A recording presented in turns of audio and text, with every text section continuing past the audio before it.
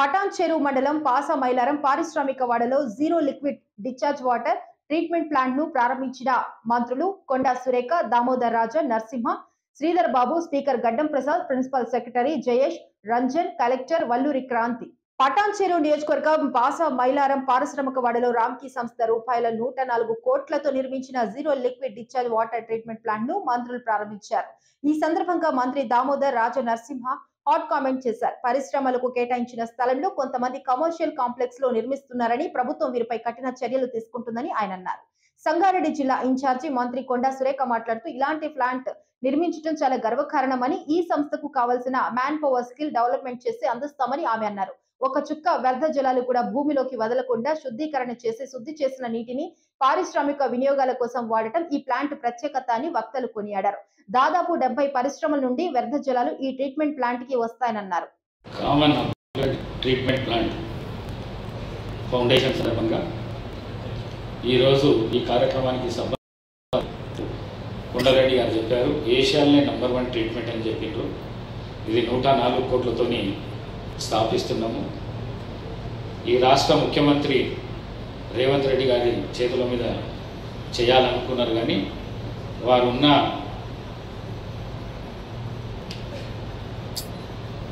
బిజీతోని వారు రాలేకపోయారు. మరి వారి స్థానంలో మన రాష్ట్ర మంత్రివర్యులు శ్రీ దామోదర్ రాజా నరసింహ గారి చేతుల మీద, మరి కొండా సురేఖ గారి చేతుల మీద ఈ ప్రారంభోత్సవ కార్యక్రమాన్ని ఏర్పాటు చేసుకుంటున్నాం మనం. మరి ఈ ట్రీట్మెంట్ ప్లాంట్ వాతావరణ కాలుష్యం లేకుండా చేస్తున్నారనేది చాలా మంచి పరిణామం. ఇది మరి వాతావరణ కాలుష్యాన్ని కాపాడవలసిన ధర్మం మన ఇండస్ట్రియల్స్కి అందరికీ ఉన్నది. కాబట్టి మరి అదేవిధంగా ఈ ఇండస్ట్రీలో పనిచేసే లేబర్ కానీ లేకుంటే ఇండస్ట్రియలిస్ట్ కానీ మీకు తెలుసు,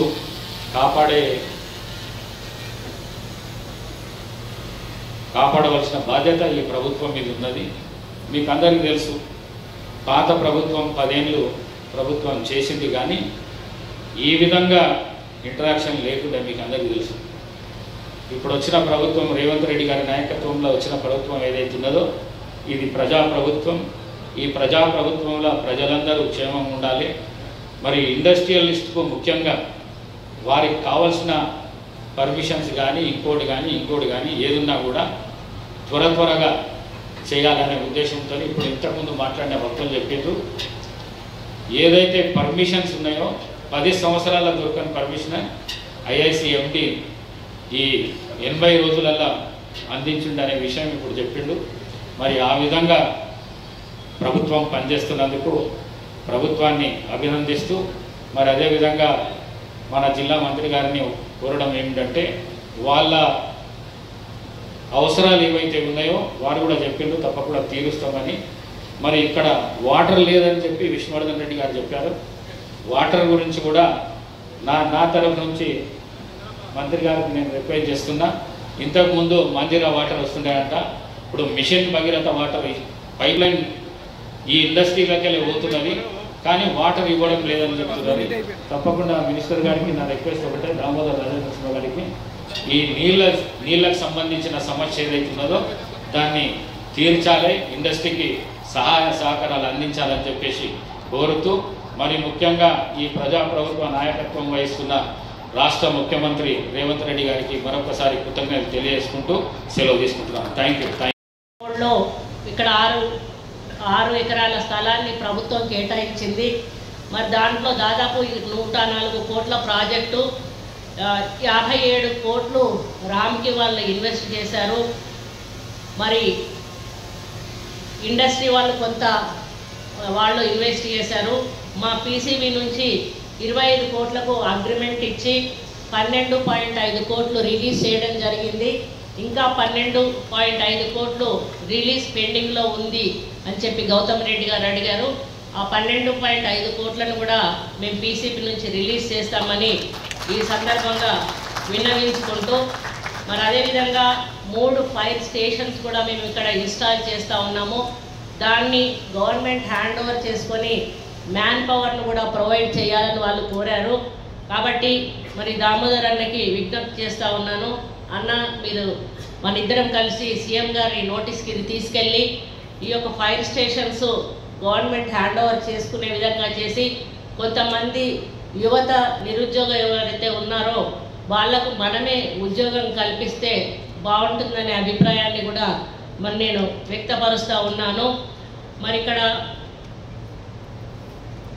స్కిల్ డెవలప్మెంట్ మ్యాన్ పవర్ కోసం కూడా వీళ్ళు అడుగుతూ ఉన్నారు రామ్కి వాళ్ళ నేను ఒకటే రిక్వెస్ట్ చేస్తున్నా, ఏ టైప్ ఆఫ్ స్కిల్స్ కావాలి మీకు, ఎటువంటి మ్యాన్ పవర్ కావాలి, ఆ ఇన్ఫర్మేషన్ మాకు కొంచెం ఇచ్చినట్టయితే మేము మా ఏరియాలలో మా కాన్స్టిట్యున్సీలలో సిఎస్ఆర్ కింద స్కిల్ డెవలప్మెంట్ పెట్టించి వాటిల్లో దాంట్లో వాళ్ళను నిష్ణాతులుగా తీర్చిదిద్ది మీకు వాళ్ళని అందిస్తామనే విషయాన్ని తెలియజేస్తూ, ఎటువంటి స్కిల్ డెవలప్మెంట్ పర్సన్స్ మీకు కావాలో ఆ వివరాలు మాకు ఇవ్వాల్సిందిగా వారిని విజ్ఞప్తి చేస్తూ, మరి ఇక్కడ పాషా మైలారం ఇండస్ట్రియల్ అసోసియేషన్ వాళ్ళకి అందరికీ కూడా శుభాకాంక్షలు తెలియజేస్తూ, మరి మీరందరూ కూడా సహకరించాల్సిన అవసరం ఉన్నది.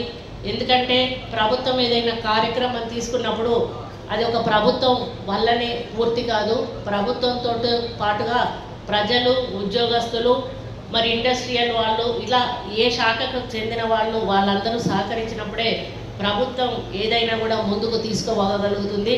కాబట్టి మీ సహకారం 100% ఉంటుందని ఆశిస్తూ మరి రామ్కి సంస్థ వారిని విజ్ఞప్తి చేస్తూ ఉన్నాను, మీరు ఎంతవరకు చేయగలిగితే అంతవరకు ఇటువంటి సహాయ సహకారాలు మీ సంస్థ ద్వారా తెలంగాణ రాష్ట్రానికి అందించి ఒక ఎన్విరాన్మెంట్ మినిస్టర్గా మరి పొల్యూషన్ కంట్రోల్ చేయడానికి మీ వంతు సహకారము వీలైనంత అందించాలని, దాంట్లో మా వంతు సహకారం ఏదైనా కావాలంటే తప్పకుండా మేము కూడా మీకు సహకరిస్తామని కోరుకుంటూ, వాటికి ప్లాన్ ఏదైనా ఉంటే దయచేసి మాతో డిస్కస్ చేసి దాన్ని కూడా ముందుకు నడిపించవలసిందిగా విజ్ఞప్తి చేస్తూ, మరి ఇక్కడ ఈ కార్యక్రమానికి నన్ను ఆహ్వానించి ముఖ్యంగా ఈ కామన్ ఎఫ్లెంట్ ట్రీట్మెంట్ ప్లాంట్ అనేది సుమారు 104 కోట్లతోటి నిర్మించడము, అందులో ప్రధాన పాత్ర రామ్కి గారు, మా CEO అయిన గౌతమ్ రెడ్డి గారు పాత్ర పోషించడము, గవర్నమెంట్ ఆఫ్ ఇండియానే కానీ తెలంగాణ ప్రభుత్వమే కానీ PCB కానీ వీళ్ళందరూ ఇలా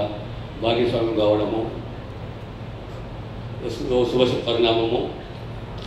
ఎక్కువ సమయం తీసుకోకుండా 2-3 అంశాలు నేను ప్రస్తావిస్తాను, ఏవైతే లేదా నా దృష్టికి వచ్చినాయో. ప్రధానంగా ఇంతకుముందు నేను అడిగాను మా దుర్గాప్రసాద్ గారిని, ఈ పారిశ్రామిక రంగం ఎప్పుడు మొదలైంది, ఎప్పుడు స్థాపించినారంటే వారు చెప్తుండే 85 అని చెప్పి. నాకు తెలిసినంత వరకు, జ్ఞాపకంత వరకు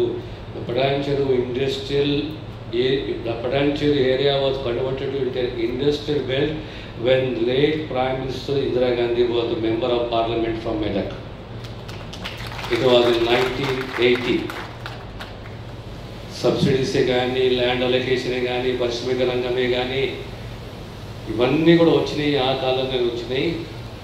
నెమ్మదిగా అంచెలంచెలుగా ఎదుగుతూ ఈరోజు ఈ ప్రాంతం పాషా మైలారం ప్రాంతం సుమారు 540 పరిశ్రమలు, అందులో ముఖ్యంగా ఫార్మసీ, కెమికల్ రంగానికి సంబంధించి 60 సంస్థలు ఉన్నాయి. ఈరోజు ఈ ట్రీట్మెంట్ ప్లాంట్ వల్ల ప్రత్యేకంగా ఈ ఫార్మసీ, కెమికల్ ఇండస్ట్రీకి ఒక రక్షణ, ఈ పొల్యూషన్ కంట్రోల్ చేయడము, ఈ వేస్టేజ్ని ట్రీట్మెంట్ ద్వారా 50% మళ్ళీ నీరు వారికి అందియడము, ఇవన్నీ చక్కటి నిర్ణయాలు, మంచి ఆలోచన, మంచి ఆచరణ. దానికి తోడు ప్రధానంగా ప్రభుత్వాన్ని అడిగింది ఈ ఐలా అసోసియేషన్ వారు. ఒకటి మా దగ్గర 3 ఫైర్ స్టేషన్స్ ఉన్నాయి, ఒక ఫైర్ స్టేషన్స్ ఉన్నాయి, 3 వింగ్స్ ఉన్నాయి. దీన్ని ప్రభుత్వం టేక్ ఓవర్ చేసి ఈరోజున్న 16 మంది ఎంప్లాయీస్ కాకుండా 32 మంది ఎంప్లాయీస్ని మీరు కేటాయిస్తే రేపు పొద్దున మమ్మల్ని ఆదుకున్న వారు అవుతారని చెప్పి నేనంటాను. మాకు ఎలాంటి అభ్యంతరం లేదు, మా ముఖ్యమంత్రి గారి దృష్టికి తీసుకొస్తాము, మీకు సహకరిస్తాము. కానీ మీ దగ్గర కూడా CSR ఫండ్ ఉంటుంది కదా, ఆ ఫండ్ ద్వారా మీరు కూడా టేకప్ చేసి 16 మంది కానీ 32 మందిని కూడా మీరు అపాయింట్ చేయొచ్చు.